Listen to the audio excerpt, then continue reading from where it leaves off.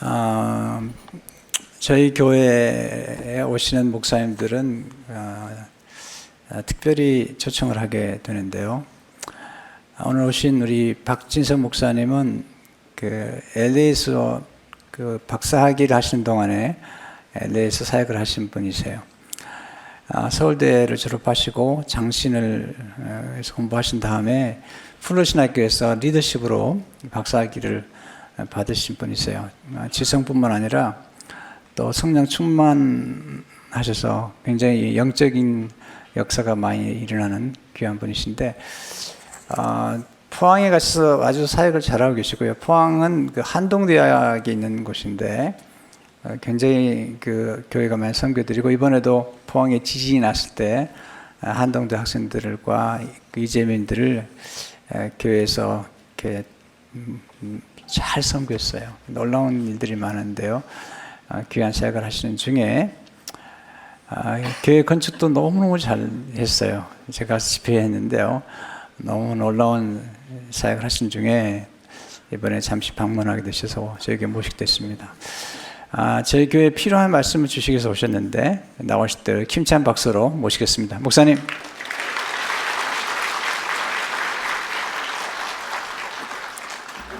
할렐루야.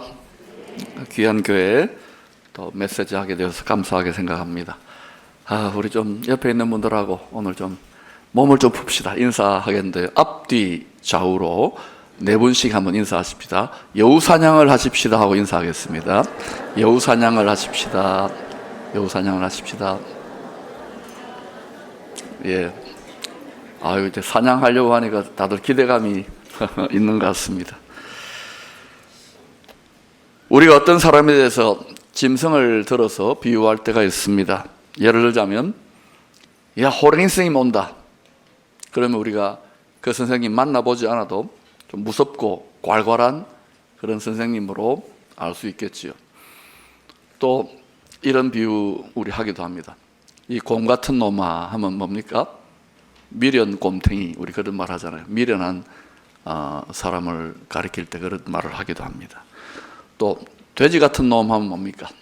주로 이렇게 많이 먹는 사람, 게으른 사람을 비유하기도 합니다. 근데 만약 짐승들이 자기들이 이렇게 비유되고 있다는 걸 알면은 분명히 LA에 많은 변호사들을 고용해가지고 고소를 할 것이라고 생각합니다. 이 외에도 자주 등장하는 짐승이 있는데 바로 여우입니다.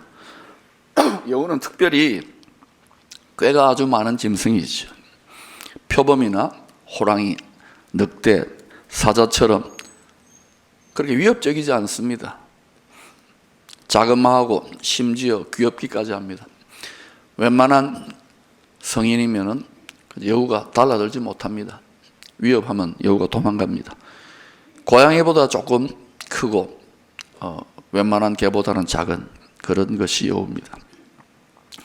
이 여우에 대한 이야기는 살펴보면 동서양에 널리 퍼져 있습니다. 여우에 대한 이야기가.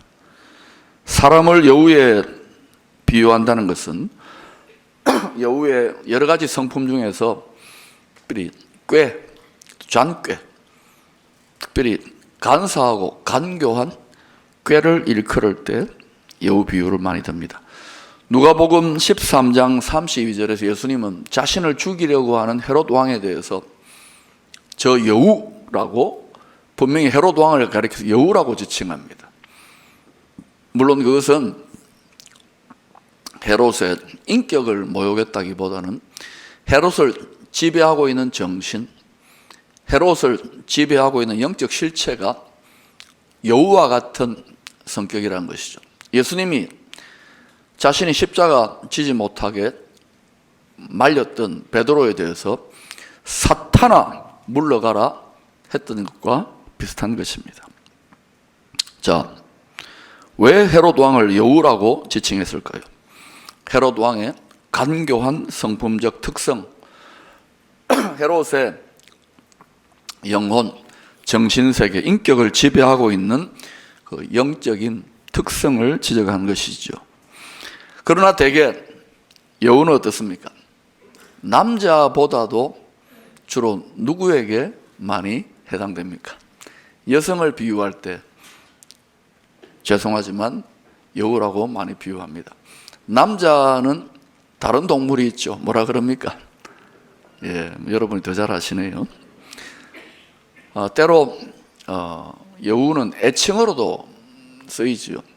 참 여우 같다 또는 야시 같다 이러면은 굉장히 뭐랄까요, 독특한 애칭으로 쓰입니다. 그런데 이 한국 따라오셔서 한국말 다 잊어버리셨을지 모르겠는데 여우를 지칭하는 말들이 많습니다. 야시, 여시, 여수, 백야시, 불여우, 구미호, 매구, 굉장히 종류가 많아요. 제가 조사를 해보니까 대체로 이런 별명의 주인공들은 겉은 번지르르하고 이쁜데 사람을 속입니다. 유혹합니다. 특별히 남자를 호려서 망하게 하는 그런 여자분들을 언급할 때 쓰는 비유가 죄송하지만 여우입니다. 별것 아니고 심지어 귀엽고 이쁘게까지 한데 실제로는 우리를 멸망시킬 수 있는 무시무시한 녀석이 바로 여우입니다. 오늘 본문에도 작은 여우가 등장합니다. 이 전설 같은 희한한 여우 이야기, 이스라엘의 사사요 나시린이었던 삼손과 그의 블레셋 이방 여인 아내 때문에 벌어진 일입니다. 자, 나시린이라는 것은 하나님의 특별한 목적을 위하여, 이스라엘 백성 자체가 하나님의 백성인데 그 백성들 중에서 또 구별되어진, 성별되어진 존재가 바로 나시린입니다. 삼손은 나시린일 뿐만 아니라 이스라엘 백성들을 하나님의 뜻대로 다스려야 될 영적 지도자요, 일종의 정치 지도자로서의 사사였습니다.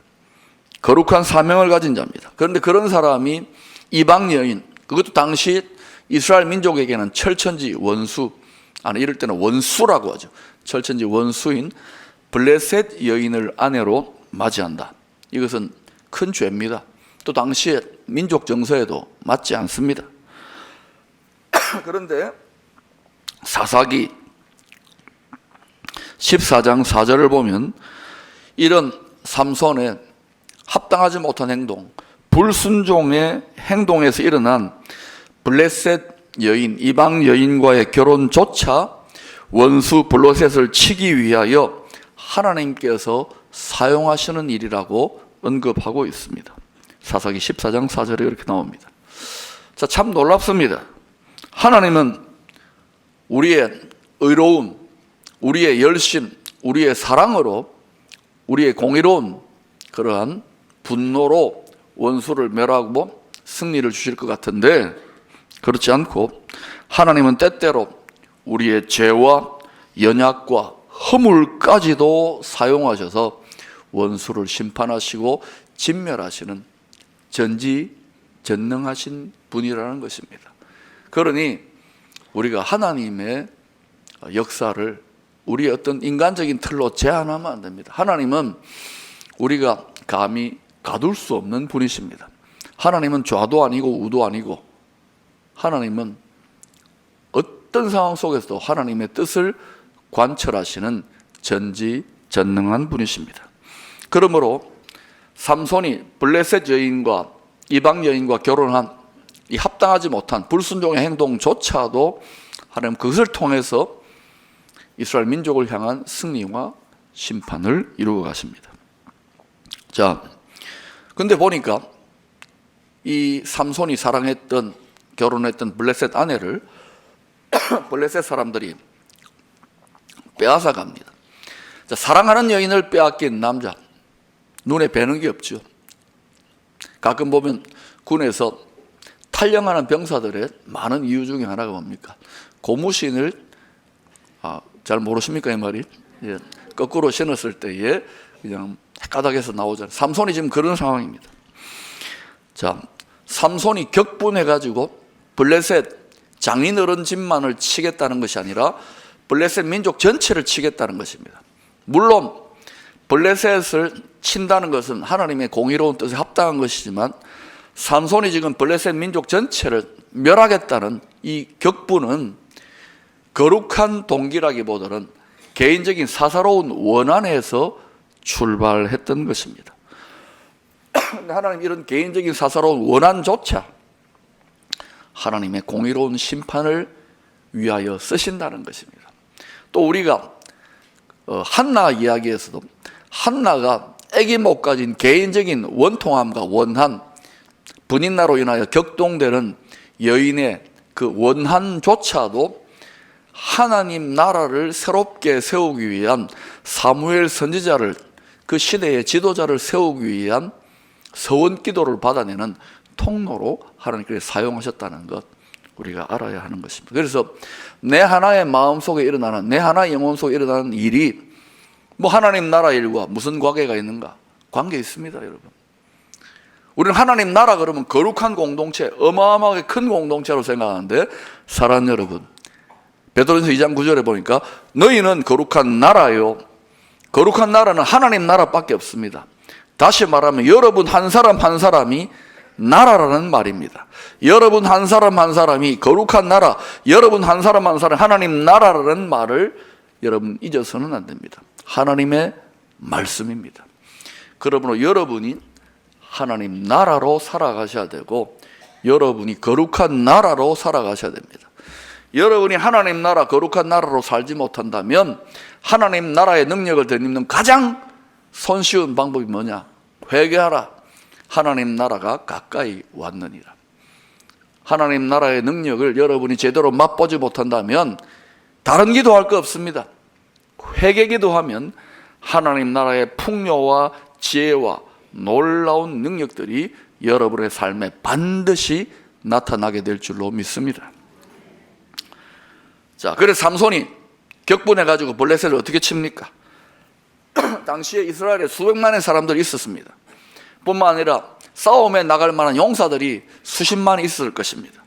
그런데 이 블레셋과의 싸움은, 삼손의 이야기를 살펴보면 삼손 혼자, 오직 삼손 혼자 싸웁니다.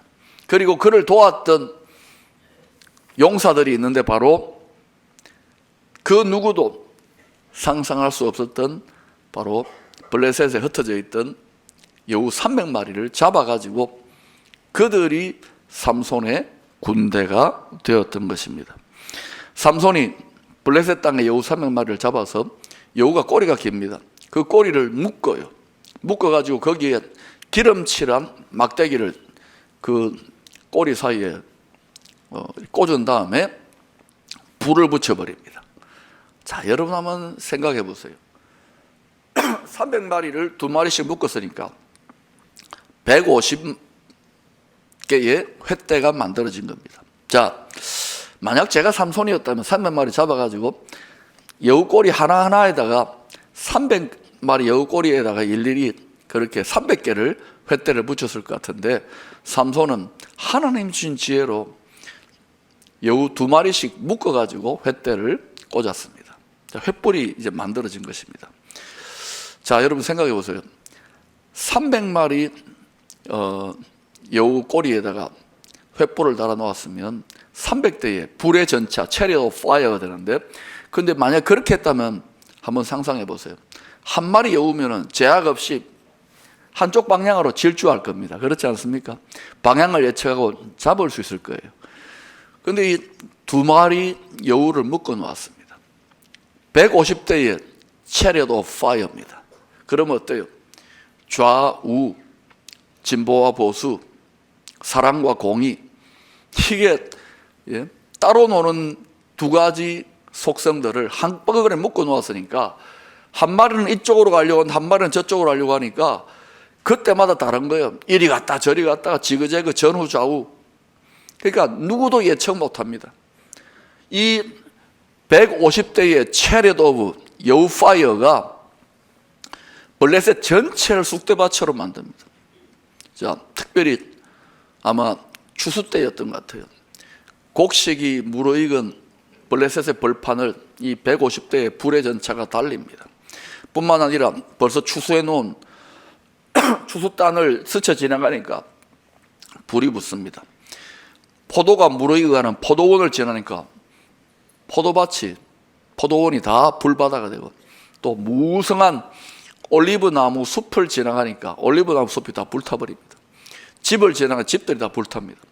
한마디로 말하면 블레셋 전체가 완전히 불바다가 되어버리는, 세계 전쟁 역사에서 이런 화공법은 유래를 찾아볼 수 없는 신출귀몰, 하나님이 나타나니까 귀신이 멸하여지는 어마어마한 역사가 나타났던 것입니다.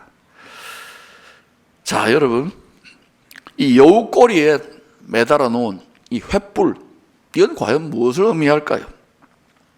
이사야 62장 1절을 보면 구원이 횃불같이 나타나도록 하나님께서 쉬지 않고 일하신다는 표현이 나옵니다.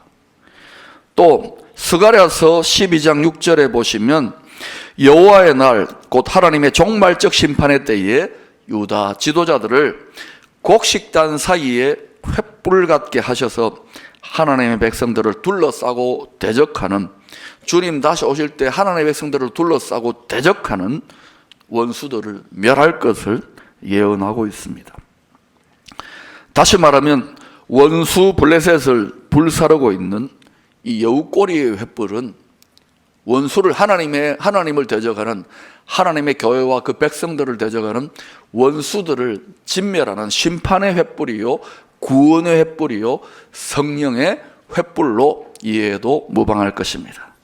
자, 그렇다면 이 기묘한 전쟁 이야기에서 하나님께서 오늘날 이 시대를 살아가는, 이 시대에 예수를 믿고 살아가는 하나님의 백성된 저와 여러분에게 주시는 교훈은 과연 무엇일까? 한 3가지 정도로 살펴보십시다. 첫 번째로, 삼손은 하나님께 거룩하게 구별된 나실인으로 원수 블레셋을 심판하고 이스라엘 나라를 하나님의 뜻대로 다스리고 섬겨야 할 사사로서의 사명을 가진 사람입니다. 사명자입니다. 사명자. 또한 하나님은 언제나 그렇듯이 그 사명을 감당할 수 있는 은사를 주십니다. 모든 은사를 주십니다. 우리에게도 마찬가지입니다. 삼손은 블레셋을 무찌르고 이스라엘 해방하고 다스려야 되기 때문에 블레셋 민족 전체를 상대해도 이길 수 있는, 지구상에 그 누구에게도 주신 적이 없는 초자연적인 권능, 육체적인 슈퍼파워, 오늘날 영화에서 나오는 헐크와 같은 그런 파워를 주신 것입니다. 그뿐만 아니라 전쟁에서 순간순간 임기응변을 발휘하여 신출귀몰하는 지혜와 전략 전술과 모사로 원수들을 이기는 작전을 쓸 수 있는 하나님의 지혜도 받았습니다. 이런 엄청난 은사와 능력을 선물로 받았음에도 불구하고 우리가 잘 알듯이 삼손과 하나님과의 관계는 그렇게 성숙하고 친밀하지 않았습니다. 삼손을 통하여 하나님의 아름다운 성품이 별로 드러나지도 않았습니다. 자신의 육체의 정욕대로 하나님의 말씀의 법을 예사로 무시하고 자기 마음대로 살았습니다. 특별히 우리가 잘 알듯이 삼손은 여자 문제로 인하여 반복해서 넘어지고 말았습니다. 여러분, 우리가 신앙생활을 하면서 또는 인생을 살아가면서 여러 가지 문제로 넘어지는 경우 있겠지만 대체로 보면은요, 어떤 사람들의 약점은 평생 따라다닙니다. 삼손은 여자에게 약했습니다. 다윗도 여자에게 약했습니다. 솔로몬도 여자에게 약했습니다. 혹시 오늘 예배드리는 분 중에 이성에게 약한 분은 없습니까? 어떤 분은 돈에 약하고, 어떤 분은 명예에 약하고, 어떤 분은 권력에 약하고, 그 하나 때문에 그 하나를 극복하지 못해서 무너진다는 것을 아셔야 합니다. 삼손의 경우에는 육체의 정욕, 그리고 이성의 문제가 그 인생을 넘어뜨렸습니다. 삼손이 여우 300마리를 동원해가지고 어마어마한 승리를 거두었는데 어떤 일이 벌어집니까? 승리한 다음에, 여러분 항상 영적으로 놀라운 승리를 거두고 어마어마한 부흥이 일어났던 곳에 교회 역사를 살펴보세요. 반드시 원수의 역공격들이 있습니다. 우리가 믿음의 사람으로 하나님의 군사로 싸우는 이 영적인 싸움은 저 영원한 천국에서 샬롬을 누릴 때까지 이 싸움은 끝나지 않습니다. 주님은 이 땅에 보냄을 받은 우리들에게 말씀합니다. 내가 평화를 주러 온 줄로 아느냐? 검을 주러 왔노라. 평화를 맛보기를 원한다면 우리는 영적인 싸움을 감당해야 합니다. 이 영적인 싸움을 싸우지 않은 가운데 평화로다 그러면 그것은 위장된 평화, 가짜 평화라는 것을 아셔야 됩니다. 자, 어떤 일이 났습니까? 블레셋이 사주를 해가지고 삼손이 좋아했던 창기와 같은 여인 들릴라, 술집 여인 들릴라에게 삼손이 푹 빠져버립니다. 또 여인에게 빠져요.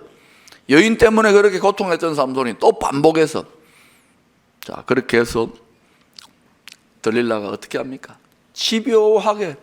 집요한 여우처럼 이쁘고 아름답고 즐거움을 주는 여인이지만 사실은 그렇지 않잖아요. 삼손을 무너뜨리는 구미호, 백야시, 끈질긴 여우, 결국 삼손을 유혹하고 무너뜨려가지고 머리카락을 잘리우게 되고 삼손이 어떤 결과에 빠지게 됩니까? 두 눈이 빠져버립니다. 그리고 비참한 노예가 되죠. 나중에 물론 삼손이 마지막 힘을 다하여 머리카락이 자라남으로 큰 보복을 했지만, 그러나 삼손은 우리에게 좋은 모델이 아닌 것을 보여줍니다. 여러분, 방심하면 안 됩니다. 한 번의 응답, 한 번의 성장, 한 번의 축복, 한 번의 치유로 이제 고생 끝, 평안 시작, 축복 시작, 그런 거 없습니다. 성도의 싸움, 우리 이 귀한 교회조차도 하나님께서 놀라운 승리로 여기까지 오게 하셨는데, 이제는 새 성전에 들어가면 팔자가 피겠지, 평안하겠지, 이제 고생 끝이다, 그런 거 없습니다. 여러분, 더 각오하셔야 됩니다. 더 많은 믿음의 선한 싸움을 싸워야 될 줄로 믿습니다. 그러니 여러분, 너무 편안하게 살려고 하지 마세요. 이 시대에 그리스도 예수를 믿는다는 것 자체가 안일한 삶을 내려놓는 것을 말합니다. 예수 믿고 좀 편안하려고, 예수 믿고 행복하려고 그런 측면이 있습니다. 그러나 그분은 너무 신앙생활을 순진하게 이해하는 것입니다. 그리고 이 땅에서 주를 위하여 심지어 고난까지도 감당한 믿음의 선한 싸움을 싸우는 성도는 반드시 완전한 영광의 샬롬에 들어갈 때에 놀라운 상급 가운데 거하게 될 줄로 믿습니다. 여러분, 천국은 모두에게 공평한 곳이지만 모두가 다 똑같은 것은 아닙니다. 천국을 누리는 정도가 하늘과 땅의 차이가 있다는 것을 분명히 기억하시기를 바랍니다. 천국 상급의 가장 중요한 핵심은 예수 그리스도를 얼마나 사랑하고 그 사랑을 얼마나 충만하게 누리느냐에 달려 있습니다. 여러분이 이 땅에서 주님을 생명 다해 사랑하지 않으면서 천국 갔다, 그 천국에 금은 보화가 있다 한들 뭐가 그렇게 좋겠습니까? 천국의 아스팔트 포장 재료가 황금입니다. 여러분, 웃지도 않으시네요. 천국의 상급의 행급은 영원토록 피어나는 것은 사랑하는 님과 함께 저 천국에서 영원토록 살고 싶네, 주님을 향한 생명 다한 사랑이 날로 솟구쳐 오르는 것입니다. 여러분이 이 땅에서 주님을 생명 다해 사랑할 때 주님이 여러분을 생명 다해 사랑하는 것을 깨닫는 그 사랑이야말로 지금 여러분이 상급을 누리고 있는 가장 큰 최고의 상급을 누리고 있는 증거인 줄로 믿습니다. 삼손이 놀라운 승리를 거두고 마지막에 눈이 뽑혀진 상태에서도 복수를 가했지만, 그러나 삼손은 우리에게 좋은 모델이 아닙니다. 뿐만 아니라 삼손이 당시에 외롭게 혼자 블레셋과 싸웠지만 수백만의 하나님의 백성들 그리고 수십만의 하나님의 군사들이 블레셋의 압제하에 맥을 못 추고 두려움 속에서 싸울 생각을 전혀 하지 않았습니다. 오죽하면 삼손의 전체 이야기에서 삼손 한 사람만 싸웠을 거예요. 그만큼 다 하나님을 믿노라 하고 오늘날로 말하면 교회를 다니고 예수를 믿는다 그러지만 하나님의 나라와 의를 위하여 믿음의 선한 싸움, 영적인 싸움, 하늘에 있는 악한 영들과의, 우리의 주적인 하늘에 있는 악한 영들과의 영적인 씨름을 감당하는 일에는 당시 사사시대의 백성들은 관심이 없었다는 것입니다. 하나님을 믿는데도. 사랑하는 여러분, 하나님을 믿지만 여러분의 가장 깊은 갈망, 여러분의 가장 간절한 소원은 무엇입니까? 아메리칸 드림을 이루고 장수하고 돈을 많이 벌고 신분적으로 안정되고 그것입니까? 만약 그러하다면 제가 감히 도전합니다. 여러분은 주의 나라와 주의 의를 구하는 이것만이 성도의 가장 큰 갈망이 되어야 되고 이것이 여러분의 가장 우선적인 기도 제목이 되어야 될 줄로 믿습니다. 여러분이 이렇게 살면은 모든 것을 더하여 주십니다. 먹는 것, 마시는 것, 입는 것, 신분 문제, 미국 삶에서의 아메리칸 드림을 이루는 것 전부 다 하나님의 드림을 이루기 위하여 하나님의 온전한 뜻을 이루기 위하여 형통케 하시는 줄로 믿습니다. 그런 하나님의 온전한 뜻을 제외하고서 여러분이 쓰잘데기 없는 것들, 이방인들이 구하는 것들, 그런 기도는 예수 믿는 자의 기도가 아닙니다. 그런 기도를 버리시기를 바랍니다. 하나님의 자녀답게 하나님의 나라와 의를 구하는 기도를 주야로 새벽으로 기도해 보시기를 축원합니다. 그리고 마지막에 일용할 양식을 구하시고 마지막에 자녀 손들을 위하여 1, 2분, 2, 3분 여러분의 건강을 위하여 여러분의 물질을 위하여 1, 2분, 2, 3분만 기도해 보십시오. 아니 기도하지 않고 생각만 해도 여러분 하나님 나라와 의를 구하면 다 응답받게 되는 줄로 믿습니다. 여러분 한국에는 아이폰 선전할 때 핸드폰 선전할 때 이런 그 로고가 있습니다. 생각대로 T. 제가 어디 홍보부장 나온 것 같은데 여러분이 정말 하나님 나라와 의를 구하는 라이프스타일을 살면은 생각만 해도 마음만 먹어도 하나님께서 우리에게 있어야 할 것을 다 아시기 때문에 다 공급해 주시는 줄로 믿습니다. 여러분 아무리 숫자가 많아도 삼손의 시대처럼 하나님의 군사들이 하나님의 군대로서의 교회 공동체가 더 이상 싸우지 않는다면 실상은 깊은 사사시대와 같은 영적 어둠에 있다는 것을 알아야 합니다. 우리는 본질상 하나님의 군사로 그리스도의 군사로 부름받은 자들입니다. 바울 사도가 말했습니다. 군사로 부름받은 자는 자기 생활에 얽매이는 자가 없다고. 예, 바쁜 일들로 많지요. 고달픈 이민생활 살아가시면서 이런저런 어려움 먹고 살아야 되고 등등등등 해야 될 일들이 많을 것입니다. 그러나 여러분 모든 무거운 것 수고하고 무거운 인생에서 모든 무거운 것과 얽매여 버리게 하는 죄를 벗어버리게 될 때에 주님의 나라와 주님을 위하여 나아갈 수 있는 싸울 수 있는 그리스도의 군사가 된다는 사실을 기억하시기를 바랍니다. 여러분이 봉사 좀 하십시오. 주님 나라를 위해 좀 일하십시오 할 때에 100만 가지 핑계와 변명이 많다. 그러면 여러분 아직까지 많이 얽매여 있는 것입니다.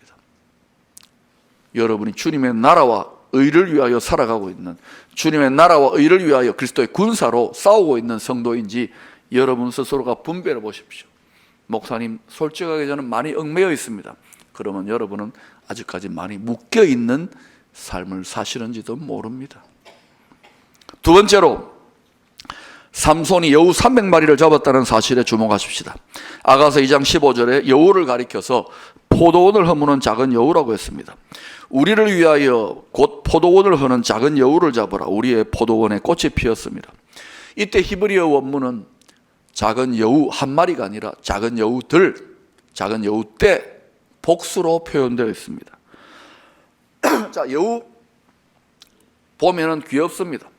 또 붉은 여우는요, 황금빛 나는 탐스러운 여우는 애완견으로 키우고 싶을 정도의 느낌이 들 정도입니다. 그런데 이 여우가 귀엽고 애완견으로 키우고 싶은 그런 여우지만 이 여우가 포도원을 허문다고 합니다. 한두 마리가 아니라 자그마한 귀엽기까지 한 여우떼들이 한 마리, 두 마리 포도원을 허물어 처음엔 표도 안 나요. 그런데 여기저기 갉아먹고 허물다가 포도원 전체를 망가뜨린답니다. 무시무시한 여우떼들인 거예요. 이때 포도원을 여러 가지로 해석할 수 있습니다. 좁게는 주님의 신부가 된 우리 자신들, 우리의 믿음을 말하는 것일 수도 있죠. 여러분, 혹시 여러분의 과거의 기쁨, 과거의 열정, 과거의 은혜, 과거의 헌신들을 빼앗겼던 부분은 없습니까? 여우떼들에게 도적질하고 죽이고 멸망시키고. 또 여러분, 이 포도원은 가정이 될 수도 있습니다. 부부관계, 부모와 자녀관계가 될 수도 있습니다. 또는 더 크게는 교회, 나라가 될 수도 있습니다.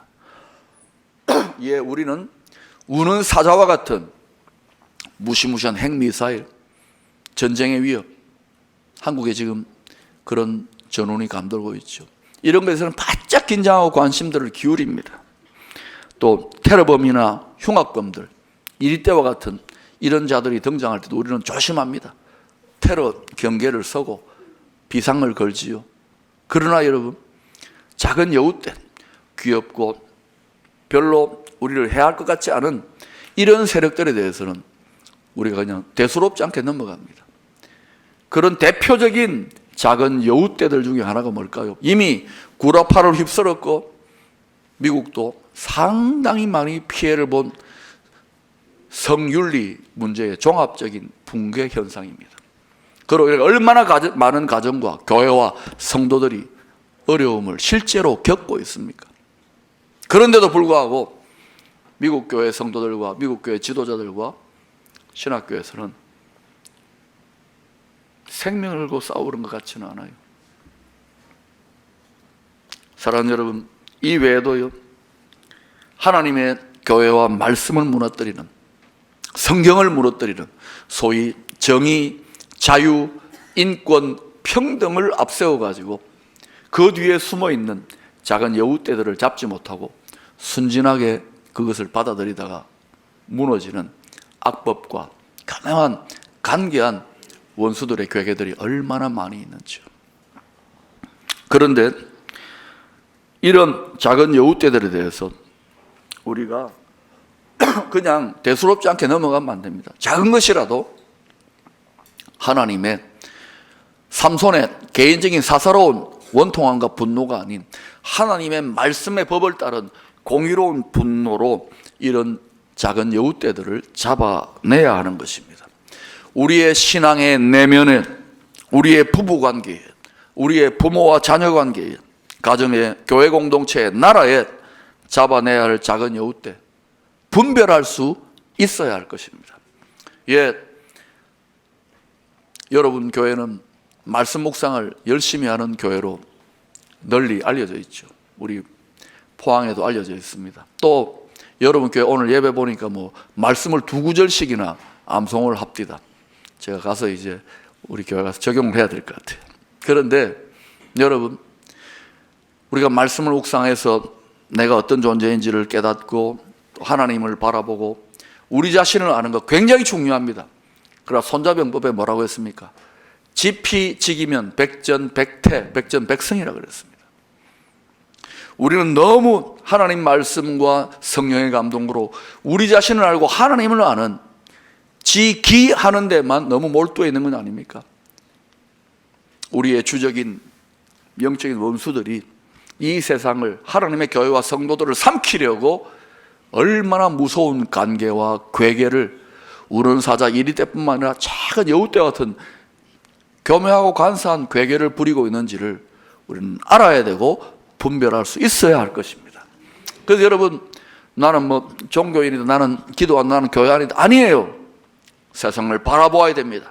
원수가 이 세상을 어떻게 가라지의 나라로, 염소의 나라로, 어둠의 나라로 몰아가고 있는지를 보면서 그것을 분별하고 지피를 해야 지기를 함으로 이길 수 있을 것 아닙니까? 그러나 제가 볼 때 너무 많은 성도들과 교회 지도자들이 너무 자기 자신이 어떤 분이고 하나님 어떤 분인지는 많이 가르치지만 원수들이 어떻게 지금 활약하고 어떻게 세상을 다스리고 세상에 영향력을 미치고 성경 말씀과 믿음과 오직 예수의 진리를 무너뜨리는지에 대해서는 그 전략 전술 방법, 그 괴계에 대해서는 무관심한 경우가 많아요. 그래서 너무너무 속절없이 당하는 거예요. 하나님 분명히 우리에게 말씀하셨습니다. 착하게만 살지 말라고, 지혜롭게 살라고. 비둘기처럼 순결할 뿐만 아니라 뱀같이 지혜로우라 그랬습니다.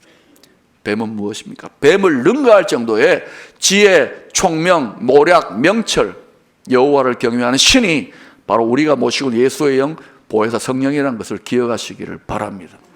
여러분이 성령으로 충만하여 원수의 계계를 분별하면은 원수의 모든 잔꾀를, 여우와 같은 잔꾀를 능가할 수 있는 하나님의 전략, 지혜, 총명, 모략, 명철을 갖게 된다는 사실을 기억하시기를 바랍니다.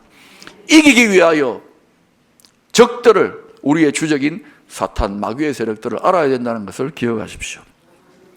세 번째로 우리가 생각해 볼 교훈은, 이 이야기에서 원수 블레셋을 물리친 삼손의 300용사는 다름 아닌 여우 300마리였다는 사실입니다. 삼손도 제대로 된 사사가 아니었습니다. 문제투성이었습니다. 뿐만 아니라 당시 하나님의 백성들과 하나님의 용사들이 전혀 싸움에 나서지 않았습니다. 하나님의 친히 문제 많은 허점투성이의 삼손의 사사로운 원한을 사용하시고 여우떼들을 사용하셔가지고 블레셋을 이겨버립니다. 다시 말하면 이 삼손 이야기의 전쟁의 승리자는 삼손이 아닙니다. 여우떼들도 아닙니다. 바로 이 전쟁은 하나님의 전쟁이었고 하나님의 승리를 계시하고 있는 것입니다. 기드온의 300용사, 기드온들이 잘했다 그러지만 그때도 역시 하나님의 승리예요. 그러나 삼손의 시대는 기드온의 시대보다 더 암흑 시대였습니다. 기드온의 시대는 301명이라도 생명 다해 싸우는 사람들이 있었지만은 삼손의 시대는 삼손 하나가 개인적인 사사로운 원한 때문에 생명 다해 싸웠지 나머지는 전부 다 두려워하여 숨어버렸다는 것입니다. 성도의 숫자를 너무 자랑하지 마십시다. 교회의 숫자를 너무 자랑하지 마십시다. 여러분, 주님 오실 때가 점점 다가올 때에 이 시대를, 원수들을 이길 수 있는 능력은 어디서 나오는가? 생명 다하여 주님을 사랑하는 성도에게서 나오는 줄로 믿습니다. 여러분이 생명 다해 주님을 사랑한 증거가, 가장 확실한 심령의 증거가 무엇이냐? 죽음조차도 두렵지 않아야 되는 것입니다. 그러나 우리는 본능적으로 삶에 대한 애착이 있죠. 죽을까봐 두려워하고 죽을까봐 근심하고 염려하는 것입니다. 여러분이 정말 마음을 다해, 생명을 다해, 목숨을 다해, 뜻을 다해 제1계명에 온전히 순종한 상태면은 여러분, 죄송하고 또 지나친 말 같지만은 생사를 초월해야 됩니다. 죽음조차 두렵지 않아야지만이 되는 거예요. 여러분의 순교하라는 말이 아닙니다. 생명 다해 사랑하라는 말이에요. 그때에 다니엘서에서 말하고 있듯이 하나님을 아는 자는 강하여 용맹을 떨치라 그랬어요. 그때 비로소 여러분에게 놀라운 부흥과 승리와 살 길이 열린다는 것을 기억하시기를 축원합니다. 여러분, 이 시대는 평화롭기만 한 시대는 아닙니다. 항상 그랬지만은 이 시대는 더욱더 영적으로 치열한 싸움을 싸워야 할 때입니다. 특별히 여러분에게 부탁드립니다. 비교적 미국의 우산 아래 여러분은 거하고 있지만은 지금 제가 가서 있는 한국 땅은 특별히 2018년 이 3, 4, 5, 6월 달은 아주 치열한 영적 전쟁이 벌어지고 있습니다. 여러분, 기도해 주시기를 바랍니다. 저는 우리 성도들에게 난중일기 상황을 선포하고 올 한해는 여러분 편안할 생각하지 마시라고 제가 좀 거의 협박하다시피 이렇게 이야기합니다. 올 한해만 새벽기도, 올 한해만 새벽기도, 점심기도, 저녁기도, 교회 와서 하라고. 그리고 내년에는 기도하지 말자고 그랬습니다. 항상 기도해야 되지만 여러분, 올 한해 특별히 3, 4, 5, 6월 달 조국을 위해서 기도해 주시기를 축원합니다. 미국을 위해서 기도하십시오. 여러분의 교회도 이제 여름에 입당한다면서요. 입당 기도를 하면서 같이 좀 기도를 보태 주시기를 소망합니다. 시간이 많이 갔기 때문에 말씀을 축약합니다. 로마서 8장 31절, 8장 37절, 누가복음 10장 19절, 요한일서 5장 4절에 보니까 전부 다 하나님의 백성들, 하나님께서 난 성도들이 이 세상을 이긴다고 합니다. 그것도 넉넉히 이길 수 있다라고 선언하고 있습니다. 여러분, 이 자리에는 중한 질병으로 투병하고 있는 사람도 있을 것이고, 신부 문제로 마음고생을 하고 있는 분도 있을 것이고, 경제적인 문제로 씨름하며 싸우고 있는 분들이 있을 것입니다. 그러나 여러분, 이긴 성도는 동일한 문제로 투병하며 씨름하며 인생의 전장터에서 고통하며 싸우고 있지만, 이긴 성도는요 여전히 힘들고 어려운 현실을 돌파해 나가지만은 그때조차도 하나님께서 이미 승리를 주신 것처럼 믿고 기뻐하며 감사하며 주님께 기도하며 전진할 수 있는 것입니다. 좁은 길을 걸으며 밤낮 기뻐하는 것입니다. 눈물만 흘리는 것이 아니라 탄식만 하는 것이 아닙니다. 이기는 성도의 기도는 다릅니다. 이기는 성도의 기도는 탄식이 있고 고통이 있지만 하나님이여 내 마음이 확정되었고 내 마음 확정되었사오니 내가 노래하고 내가 찬송하리이다. 여러분 심령에 이러한 생명 다한 믿음의 기반이 만들어지게 될 때에 하나님께서 역사하시는 무대가 만들어지게 되는 것입니다. 그때 질병도 떠나갑니다. 그때 경제적인 문제도 풀어집니다. 그때 신분적인 문제도 풀어지는 것이에요. 탄식만 하지 말라고요. 하나님의 나라와 하나님의 온전한 뜻을 위해 살겠노라고. 그래서 나의 모든 묶인 것을 풀어달라고 기도할 때 여러분의 기도가 응답받는 역사가 나타나게 될 것입니다. 사랑하는 여러분, 하나님께서 삼손을 사사시대에 20년 동안 이스라엘 다스리라고 맡겨주셨어요. 사사기 15장 20절 보면은 블레셋 사람의 때에 삼손이 이스라엘 사사로 20년을 지내었더라. 그 시대를 하는 하나님의 평가가 뭐냐? 삼손이 사사로 다스리고 있고 하나님의 백성들이 수백만인데도 블레셋 사람의 때라고 하나님이 평가해요. 블레셋 사람의 때, 삼손의 때, 하나님의 백성의 때, 하나님이 왕노릇하던 때라고 평가하지 않고 삼손이 분명히 사사로 있고 하나님의 백성들과 하나님의 군대들이 있는데도 그 시대를 향한 하나님의 평가가 세상 사람들의 때, 원수 마귀의 때, 블레셋 사람들의 때라고 평가하고 있는 것입니다. 여러분, 미국에는 수십만 개의 교회가 있죠. 이민교회를 포함해서. 한국도 6만 개의 교회가 있습니다. 열방을 밝히는, 열방을 축복하는 그러한 사명을 받은 나라라고 믿습니다. 그런데 이 시대에 사사와 같은 역할을 해야 될 하나님의 교회가 있고 하나님의 성도들이 있지만 이 시대를 향한 하나님의 평가가 혹시 블레셋 사람의 때, 세상 사람들의 때라고 우리가 거룩한 영향력을 잃어버리고 믿음의 선한 싸움을 싸우고 있지 못한 것은 아닌지요. 누구든지 생명 다해 주님 사랑함으로 나아가는 성도에게 하나님은 반드시 이 시대를 이길 수 있는 놀라운 하나님의 승리를 주실 줄로 믿습니다. 제가 마지막으로 여러분 입당을 앞두고 있다는 말씀을 들어서 이 말씀을 꼭 해드리고 싶어요. 저는 이미 4년 전에 성전을 건축하고 들어갔습니다. 근데 먼저 가본 경험으로 저도 이맘때에 이제 새 성전 들어가면 좋을 거야, 성도들과 꿈에 부풀었습니다. 디자인은 이렇게 하고 인테리어는 이렇게 하고 가구는 이렇게 넣고 파킹 랏은 이렇게 만들고 재정 문제는 이렇게 풀고 여러 가지 관심을 많이 기울였습니다.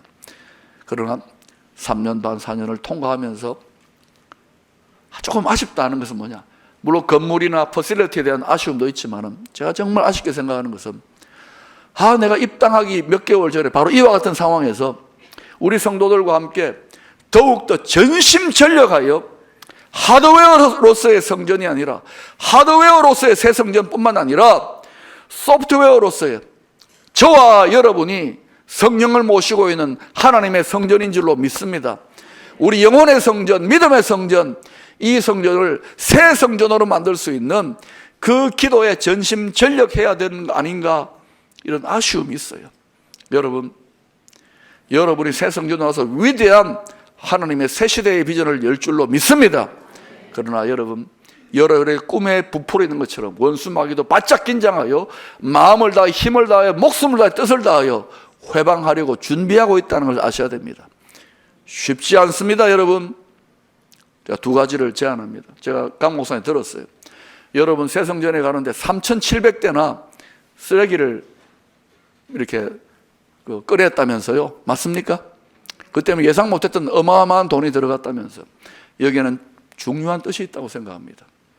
여러분 다 깨끗하고 거룩한 삶을 살지만 하나님의 성령, 거룩하신 성령의 관점에서 성전된 여러분 속에 끄집어내야 될, 청산해야 될 적폐, 청산해야 될 영적인 쓰레기는 없습니까? 죄악의 쓰레기는 없습니까?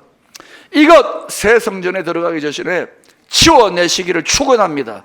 온전히 회개할 수 있기를 축원합니다.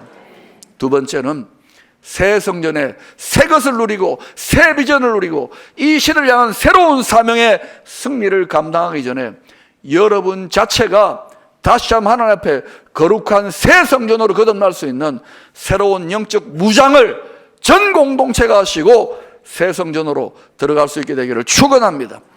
여러분을 통하여 이민교회뿐만 아니라 미국을 축복하고 한국을 축복하고 열방을 축복하는 위대한 새생명 비전교회의 새성전 시대가 열리게 될 줄로 확신합니다. 기도하겠습니다. 하나님 아버지, 새생명 비전교회 새성전 시대를 열 수 있는 은혜를 주시고 한 성도 한 성도 생명 다하여 주님 사랑함으로 이 시대를 넉넉하게 이길 수 있는 승리하는 그리스도의 군사들로 세워 주시옵소서. 예수님 이름으로 기도합니다. 아멘.